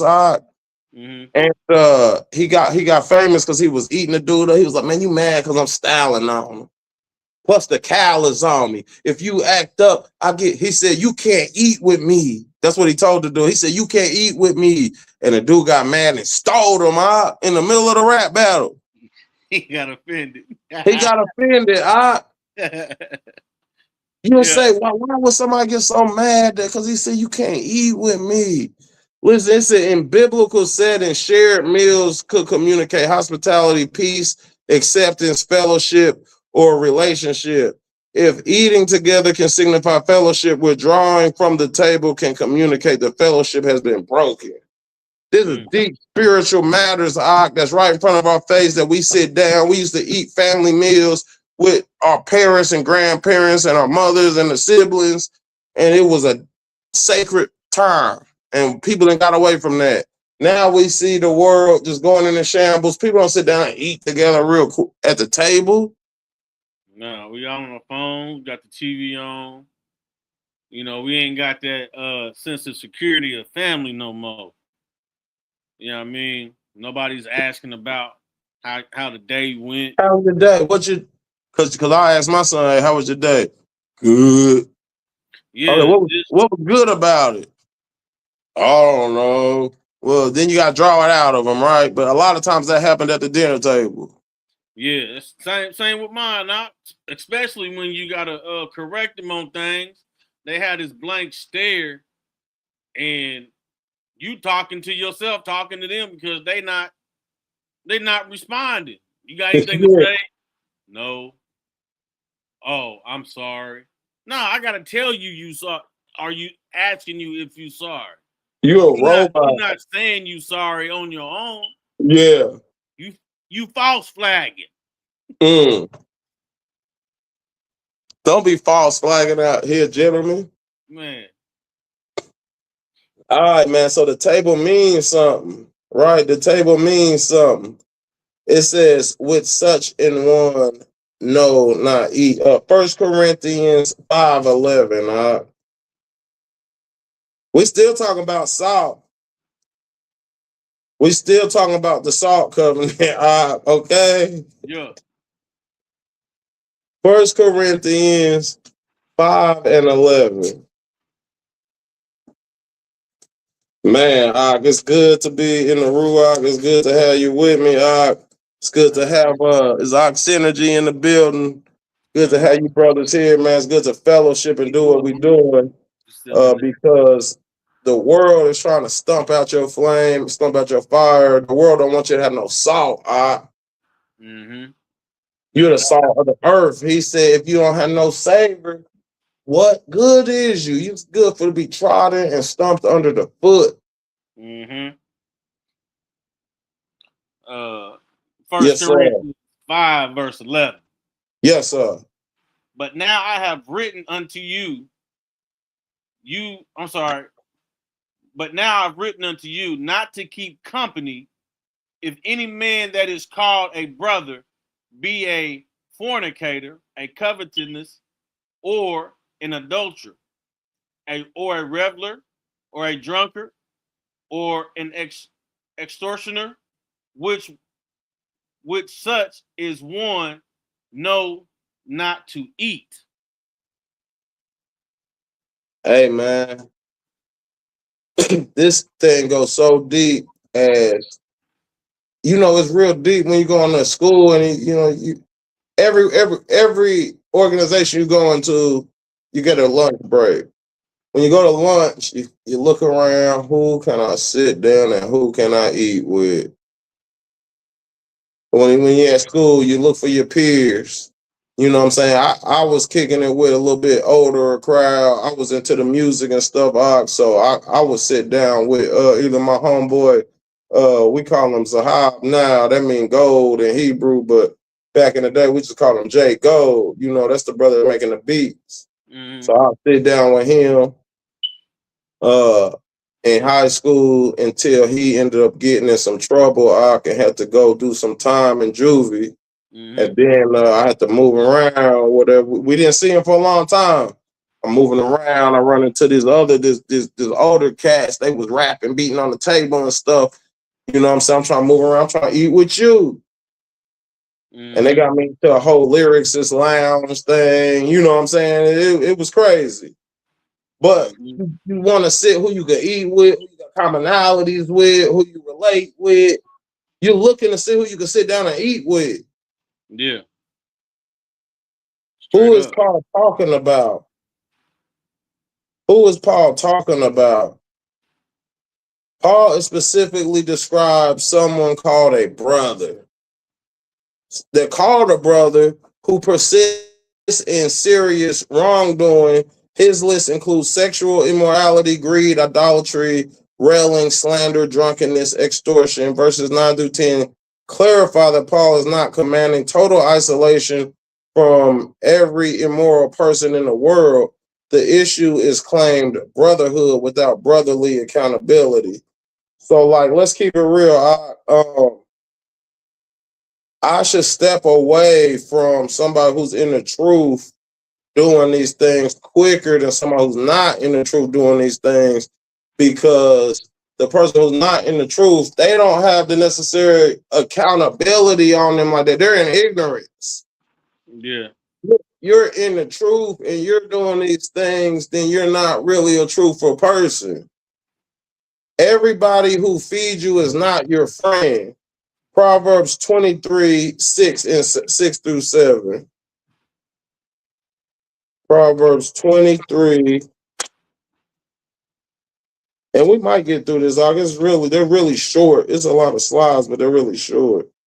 Proverbs 23, 6 through 7. Eat thou not the bread of him that has an evil eye, neither desire thou his dainty meats. Mm-hmm. For he that has thanks of his heart, or he that thinketh in his heart, so is he. Eat and drink, saith he to thee, but his heart is not with thee.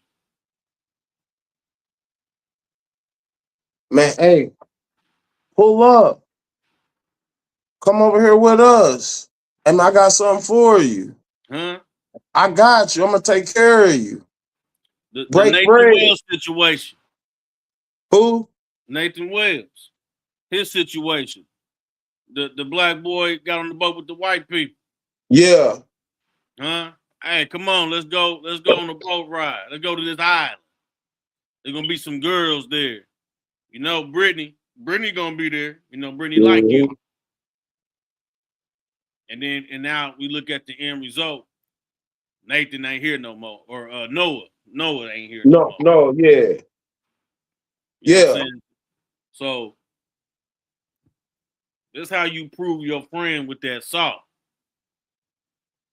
Yeah. You got associates, you got friends. Yeah. Which one you putting these folks in? And if you miss characterize them, it can be deadly. It's gonna be deadly. I'm not even teaching my children it could, would, should. I'm teaching them if you make a mistake, it's death on the table, because that's where we at with it. It's 15, 16. Man, they not even making it to 20. When I made it to 25, the joke that we said, it wasn't really a joke, but you know, this catchphrase we said, hey, 25 and alive, that was our catchphrase. Mm-hmm. So now I'm telling these children, man, you make a mistake, man, look, don't make no mistakes. I hate to sound like that, but it's for real like that. You can't make no mistakes outside a certain scope. You can't make no grown folk mistake at 15, 16 and think you good. You're gonna get a 50-year-old sentence. You 16, 17, you make a grown folk mistake, you got to get a grown folk reaction out that courtroom. Mm-hmm. Everybody who frees you is not your friend. Proverbs 23, 6 through 7 warns against eating the bread of a person with the evil eye. Outward hospitality can hide inwardly calculating heart. Do not confuse access with friendship. Do not confuse hospitality with loyalty. Do not confuse someone sitting at your table with someone truly being the man of your peace. Don't confuse. Do not eat their dainties. Incline not my heart to any evil thing, and let me not eat of their dainties. Psalms 141 and 4. Psalms 141, and I'm right here, and it says, incline not my heart to any evil thing, to practice wicked works with men that work iniquity, and let me not eat of their dainties. All right. So even David understood, like, man, let me not eat these people food. Have you ever been like a protest or been like around some folks or like that you really ain't digging like them? I ain't about to even eat their food. That carries weight. Yeah. And they do it, like we said, every year. Everybody's job got, these luncheons or whatever. Mm-hmm. And I went to a couple of them, even in the truth, especially at the Yeah. one I'm at now, because this is my my longest reign at a job. And I went and I just went there. I grabbed me a plate. I ain't gonna lie, Mm-hmm. but I knew that the people that cook the food, I know they can't cook. And then it's for they holiday season. Man, the food was so bland. It was nasty. And then I was like, I don't even like none of these niggas in here. Yeah. Especially the higher ups. I'm like, these niggas don't mess with me. Yeah. You know what I'm saying? And it's like, hey, got that luncheon next week. You going? I said, nah, I ain't going. I'll be up at the cafeteria with the short leggers. If y'all need me, just call me. You know Yeah. what I'm saying? Yeah, so don't eat that bull. You don't eat that Don't. garbage. Yup. Separate yourself. They were talking about set apartness. You gotta be set apart. You gotta do something to be set apart. And this is part of it. Don't eat with them. Mm-hmm. False teachers and hospitality. 2 John 10 through 11 warns against receiving and materially supporting teachers who bring teachings contrary to Messiah.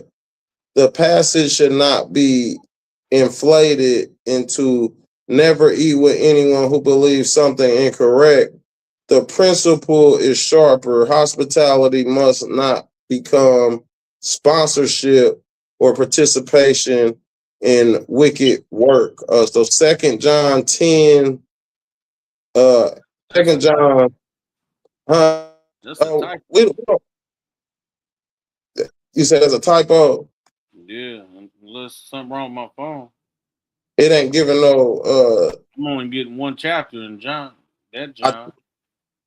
I think it's hold up, pull it up. Yeah, because it went to 1 John, 2 John only had one chapter, and then it went to 3 John. So 2 John verse 10 and 11. See what that say. You said 1 John? 2 John. Yeah, I got one chapter. Just go to them just try them verses. Oh, okay. 10 and 11. For if they come unto you, I'm sorry. For if they come any unto you and bring not this doctrine, receive him not in your house. No, that ain't it. I mean, it ain't, but I mean, it can go with it. Oh, let me pull it up. Okay. Let me go to John.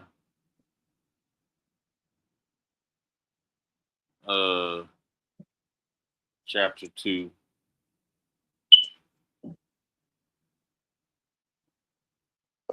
John. So that's the third. Second John. Yeah. I think this is part of it. Yeah. So, because I'll say this. I'm gonna start at 2 John at verse 9. It said, "Whosoever transgresseth and abideth not in the doctrine of Mashiach hath not Elohim. He that abideth in the doctrine of Mashiach, he hath both the Father and the Son. If there come any unto you and bring not this doctrine, receive him not into your house, neither bid him Godspeed. For he that biddeth him Godspeed is partaker of his evil deeds." So basically it's saying it's one against receiving and materially supporting teachers who bring teachings contrary. So they're saying when these people come to you and they don't have the doctrine of the Messiah, that's contrary. Hey man, you can't come over here. You know, you're doing too much or you're not doing enough. It's a separation. We got to put a barricade up. And we don't wish them guys, we don't wish no well upon. You know, we say, "Shalom, brother. I hope you make it home safe." Yeah. I'm not even wishing you Godspeed. You know, I don't hope something bad happened to you, but I can't pray for your betterness. I got to deliver. This is called delivering one over to Satan. Yeah. We got to deliver one over to Satan, and some calamity got to happen to you. Something got to happen to you. Get your mind right. Withdraw but admonish as a brother. 2 Thessalonians 3:15. 2 Thessalonians 3:15. I gotta get there. That's 1 Thessalonians. 1 Thessalonians. 2 Thessalonians 3:15. It reads, "Therefore, brethren, stand fast and hold the tradition which ye have been taught, whether a word or epistle." 2, 3:15. I'm in 2 Thessalonians. I was in the wrong chapter. I'm in 3:10. Yet him not as an enemy, but admonish him as a. So it's even different levels of correction. All right, this is 2 Thessalonians 3:15. It say, I'm gonna go to 14. Okay. I'm gonna go to 13. "But ye brethren, be not weary in well doing." So don't get tired of doing good. Sometimes you can get tired of doing good. Yeah. Like I've been doing good. It get tiring.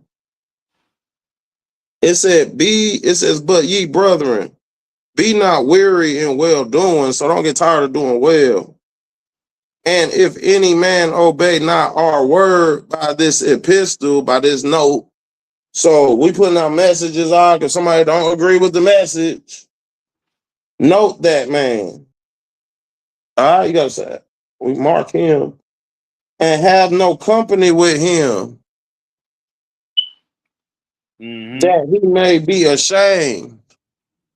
This is all part of the prescription of Yahuwah. Yeah, so you gotta do that. You gotta do that part. Yet count him not as an enemy, but don't count him as an enemy. But admonish him as a brother, correct him as a brother. So you might gotta correct your children. Just like you said, beat him, he will not die. So don't beat him like an enemy. If I beat my enemy, he ain't getting back up. I ain't gonna hold you. But if I gotta beat my son, he gonna be able to get back up. Yeah. And he tend to his bruises. Yeah. Okay. So it's a different mindset. Count him not as an enemy, but admonish him as a brother. But don't eat with him. You should feel ashamed we ain't eating with you. Separation does not automatically mean hatred. Thessalonians 3 and 6 commands withdraw from the disorderly brother. Verse 14 says restriction can produce shame and reform. Verse 15 balances the discipline. Do not count him as an enemy, admonish him as a brother. Biblical separation can therefore be corrective and restorative rather than vindictive. All right. You have to highlight that 3 and 6 right there. Yeah. How to balance it out. Yeah. Faithful are the wounds of a friend. Mm. The wounds of a friend. If we friends, should you be wounding me? Yeah, you got correction in there. But see, that's scriptural mindset. If you was asking somebody out here in the world, hey man, do your friends give you wounds? No, my friend would never hurt me. Well, it could hurt with the truth because y'all not really friends. Open rebuke is better than secret love. Faithful are the wounds of a friend. Proverbs 27, 5 through 6. All right, so we can hit it up real quick, because they snippets. Yeah, open rebuke is better than secret love. Faithful are the wounds of a friend, but a kiss of an enemy are deceitful. Huh? What did Judas do to the Messiah? Huh? Kiss, betrayed them with the kids. Huh? Betrayed them with a kiss, It's a kiss of death. Mm. He marked them. Huh? Yup. So salt. So now we wait a minute. Yep. So now we back to salt. Salt, rebuke, and preservation. Salt preserves. A faithful friend speaks preservation. Salt resists corruption. A faithful friend must resist corruption rather than celebrate it. Sometimes truth stings and correction wounds pride. But Proverbs calls the wounds of a friend faithful. A salt in a wound too, Woo! Woo! That burn. That's death.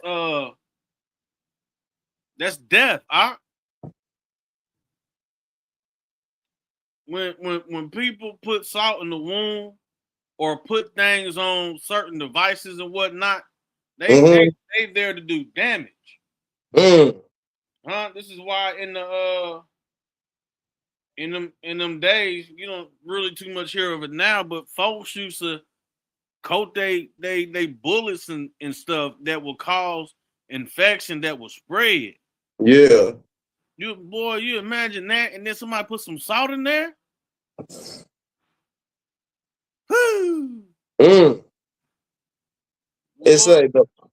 It say the person willing to risk the relationship by telling the truth may show greater love than the person who watches destruction in silence. That's a heavy one. Mm-hmm. Speech seasoned with salt. Colossians 4 and 6. And you see how the script should flow together, man. That's my whole thing is that, a lot of times folks are talking about New Testament, falsehood, whatever. I don't see no falsehood in it like this, how we doing. This is very peaceful. It's flowing very nice. It's very calm. I really enjoy the way that the Most High puts things together versus the lies of man. The lies of man are how you take out. I'm talking about, if you believe man, you're probably using this much of this book. You see how much is hanging off? I'm just keeping it real. This is what even these Hebrew assemblies is doing. They're using this much of the book. I'm just keeping it real. They don't like that beginning of the book. They don't like that law. Colossians 4 verse 6. Yes, sir. let your speech be always with grace, seasoned with salt, that ye may know how ye ought to answer every man. Even your speech gotta have seasoned salt on it. Yeah, and we all gotta work on that because we harsh with when it comes to certain type of corrections. You know what I'm saying? Like me, when I get to that point with my children, I get loud. Mm-hmm. You know what I'm saying? And that ain't always the right thing to do, but sometimes it feel like talking nice and soft to the children don't get the point across. But me raising my voice at them, now they jumping and looking, and I'm like, man, They I be don't acting want to like keep little yelling at scared. y'all. Because we Yeah, be looking at them like, man, you look like a scared little puppy or something. Like, what's wrong with you? Is your yeah. dysfunctional? Come on, man. Get right. We just want them to get right. But like you said, it gotta be seasoned with salt. So you're gonna season. If you cooking for somebody, you know how much seasoning you. Hey, look, if I'm my mama and them, they older, they don't do too much. They a little salt, right? Or some Miss Dash, because this tastes like salt, but it ain't salt in it. Just a pinch. That's all Just they a need. pinch. You gotta know your audience. That's all he's saying. Know your audience. Yeah. And I always have some swagger to you though for the Yahuwah. Mm-hmm. It says correction is not cruelty. Biblical rebuke is not permission for humiliation or malice. All right. So that's what I do see. Sometimes I see the brothers and the sisters. It's like it's time to correct somebody. Then it's like you joning on them. You really clowning them. It says truth without love can become cruelty. Love without truth can become enablement. Correction should seek preservation, restoration, and righteousness. Grace and salt belong together. Have salt, have peace. Salt is good. Have salt in yourselves. Have peace with one another. Mark 9:50. Mark 9:50. And it reads, salt is good, but if the salt have lost its saltness, wherewith will ye season it? Have salt in yourselves and have peace one with another. What color is that in your book, Ock? This book ain't got no red letter, but it should be. Yes, sir. It's red all day long. Yes, sir. So we know they good teachers. Mashiach word. Yes, sir. That's what we came to hear. So, you gotta have peace with one another, and you gotta have some salt in yourself. You gotta have some swagger and some flavor within yourself. When friends become foes, scripture does not require us to pretend betrayal is not betrayal. Psalms 41 identifies a betrayer as a trusted friend who ate bread. The man of peace, discernment is not automatically hatred. Identifying adversarial conduct is not the same as refusing to love an enemy. A former relationship does not erase the moral reality of present behavior. All right, so just because I forgive you or just because, we friends and we go through something, that don't mean I got to just put up with all your BS. Like, I don't have to put up with it. You have to change, or you have to, conform to what good friendship look like before we accept that. Deliver such and one unto Satan. To deliver such and one unto Satan for the destruction of the flesh, that the spirit may be saved. 1 Corinthians 5:5. Yeah, that's the whole thing right there. That's the whole thing. The whole thing. Be saved in the day of the Lord Messiah. So yeah, it's the same thing. The whole thing. Okay. And that's what you have to do. Me and Synergy was talking. Sometimes this is what you have to do, right? You have to deliver them to Satan. It's not saying you're praying, oh, Most High, destroy them. Nah, hey, Mo, so I take them off of my hands, keep them away from me. I'm in the fold. What that mean? You can't be in the fold if I'm in the fold, and if you ain't, you gotta go away. Mm-hmm.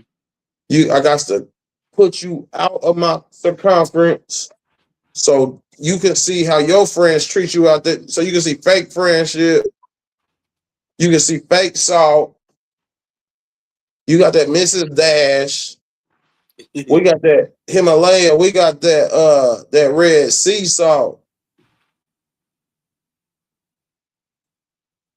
The purpose of severe separations. 1 Corinthians 5 does not present the community as pretending everything is normal. The exclusion is severe. But Paul states that an ultimate concern of the person's salvation, separation can impose consequences. Protect the community and awake the person who has gone astray. The presence of discipline does not prove the absence of love. That's just like with our children. If I got to discipline my child, I'm just doing it out of love. That don't mean love is absent. Mm-hmm. And it's same thing with a friend. You know, you could be somebody superior. You know, you're correcting that person because you're like, hey, man, you're a good employee, you're a good sergeant, you're a good lieutenant. I can't have you doing that. I gotta get you right. I gotta reprimand you because I don't want you to do that no more. So correction always ain't hate. Love does not require participation in corruption. You can love someone and tell them no. You can love someone and rebuke them. You can love someone and stop supporting what they're doing. You can love someone and withdraw table fellowship. You can separate while still hoping for repentance and restoration. So you can do all that, right? You can still love, pull back. It's called loving from a distance. The complete principle: salt, covenant, love, oneness, peace, friendship, brotherhood, loyalty, accountability, rebuke, preservation of righteousness. Closing charge: true friendship loves, true friendship stays loyal, true friendship preserves peace, true friendship tells the truth, true friendship rebukes when necessary, true friendship does not enable destruction, true friendship recognizes when fellowship itself has become participation in corruption. Last slide. Final question. Did you love them in a way that preserved righteousness? Salt covenant friendship. So that's the closing question. When something happens, did you love them in a way that preserved righteousness? That's the question we should ask. Yeah. That's the question we should ask, because if even in the Christian church, I learned this. Growing up, went to Friendship Missionary Baptist Church with Ronald Covington Sr. And he said, people out here talking about, I love you to death, but that never sat right with me because I ain't trying to wish death upon nobody, you feel me? Mm-hmm. So he said, man, I love y'all to life. And that's how he operated, Doc. In that type of love, you gotta love somebody to life. And that means, hey man, it may be some rebuke, it may be some separation, it may be, it's gonna be some hugs and some grins too, but it's gonna be the cultivation of all of this to be a real friend, to really be a chad, to really be a haba, and to really be that salt. Mm-hmm. So that's all I got to say, Aki. That's all I got. Yes, sir. That was an excellent lesson right there. Hold on. Let's get some hand claps here. Let me find it real quick. Get some hand claps. Yeah, encore. Yes, yes, sir. That thing was it, man. We got through the whole slide. All praises. You know what I'm saying? Yeah, that was good, man. I ain't got no comment on it or whatnot. Prove your friend, man. Hold your brother close. Yeah. Prove your friend. So Be that salt. Be that have that flavor. Keep carrying that flavor, Yasharal, you know. man, hold on now. Cause this popped in my head when you said lieutenant. And I think I seen this early in the morning too. A lot of those hangings that you see in the southern state, I can't remember which one. I want to say Mississippi. It might be Mississippi. But it was heard that 2 police officers were behind a lot of those lynchings down in one of them southern states. It's unclear if these officers were on duty at the time, but folks were getting carjacked at night and then found being hung, but they classified it as suicide. I'm not sure how they got caught, but they got caught and got put in jail. And I think I seen that early this morning or before I took my nap. So yeah, man. Y'all gotta protect yourselves, man. And remember that the black skin and the black organs is a high dollar on the black market.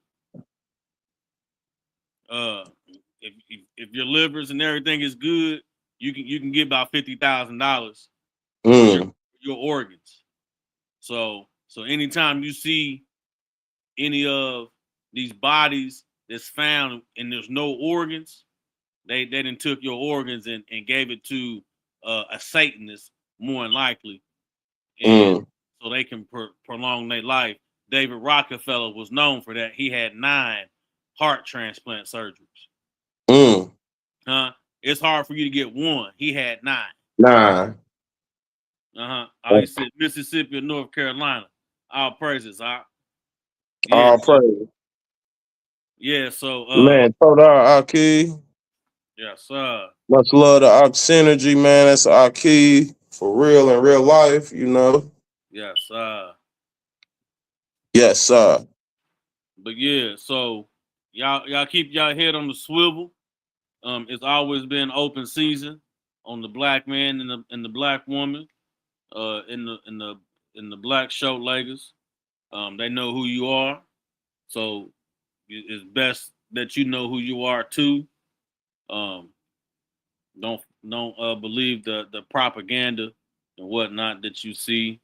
A lot of these folks is paid agents out here and want to keep you lost so they can get their pockets fed and their family fed. But yeah, man, I know I had a couple more, but that one right there hit me when you said that word, Doc. So most I will, and I can find it, and then we can actually get the actual news article on that next Shabbat.